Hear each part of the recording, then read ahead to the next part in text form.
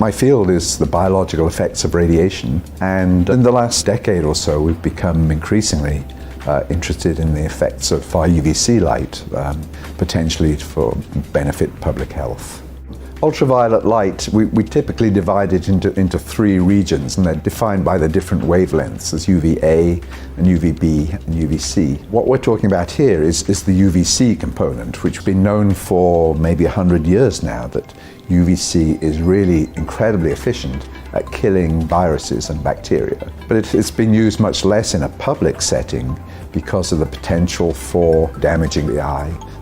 What we proposed a decade ago is actually there is a particular range of wavelengths that we call Far UVC, which don't have these human health hazards.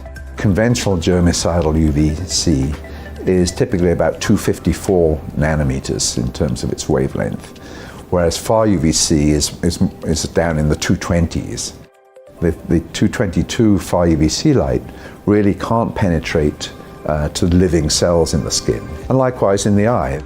The first thing we did was set up some laboratory equipment to try and see whether we can kill airborne influenza viruses actually in the air with Far UVC light, and it turned out that we could. So what we had was something which is potentially safe for human exposure, but lethal for an influenza virus in the air. When we think typically about disinfection using household products, we're generally thinking about disinfecting surfaces and floors and stuff like that. We're not really thinking about disinfecting the air. What Far UVC has going for it is that yes, it's okay at disinfecting surfaces, but it's very efficient at killing bacteria and viruses in the air, and that's really what we want. That's what causes the transmission of influenza or COVID. It's not the viruses and bacteria that are sitting on surfaces on countertops, it's the bacteria and viruses that are in the air that we breathe in.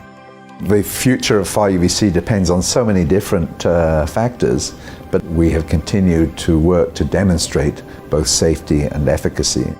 We're looking to see it installed in many different locations, in hospitals, in hotels, in restaurants, in offices, basically in any location where people are coming together for significant periods of time. We'd really love to have lots of Far UVC lights in place when the next pandemic hits. And we know the next pandemic will hit, so we'd like to be in a position to prevent the next COVID from really taking its toll like the last one did. I must say that in installations where the Far UVC actually is installed, the public has been incredibly accepting. And the notion that you can go into a public place and worry a lot less about catching COVID or catching the next pandemic disease is pretty attractive. There's really no evidence of safety issues. That doesn't mean we don't continue to do safety studies. We can and we should and we will. But so far things are looking extremely positive.